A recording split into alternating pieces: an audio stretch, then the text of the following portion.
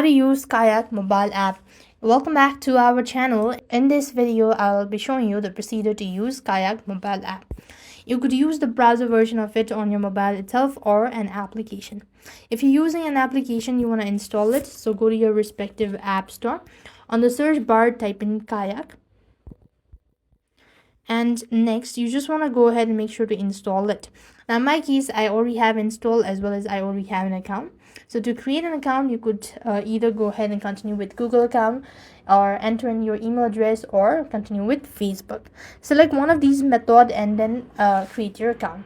After you're done creating your account, this is how it is going to look.